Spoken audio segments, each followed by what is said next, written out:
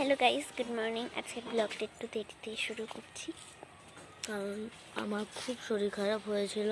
আমি একটু দেরিতেই উঠেছি।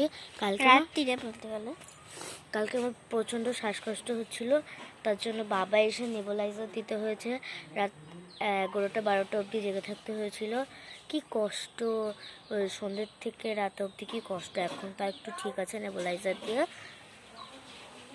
তা ও দুবার হয়েছিল। একটা হচ্ছে রাত 8টার সময়, সন্ধ্যাবেলার দিকে, আর একটা হচ্ছে সন্ধ্যা না, ওই রাত্রের দিকে।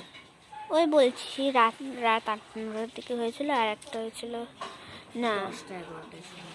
একটা হয়েছিল 7টার দিকে, আর একটা হয়েছিল 10টা-11টার দিকে। প্রচণ্ড কষ্ট গাইস। আর তোমরা কেউ শীতকালে ওয়েদার চেঞ্জ হয় কেউ লাফালাফি করো না। আমার এটা ভুল হয়ে গেছে। যাদের শরীরে দেয় তারা করতে পারো, তোমাদের অভ্যাস হতে পারে। আমার তো অভ্যাস নেই, তাই আমার একটু প্রবলেম হলো। তো চলো সকালে বাড়তে এটুকুই। তো আমাদের আজকে শ্যুট হবে, শ্যুট তোমরা দেখতেই পাবে। তো চল, টাটা।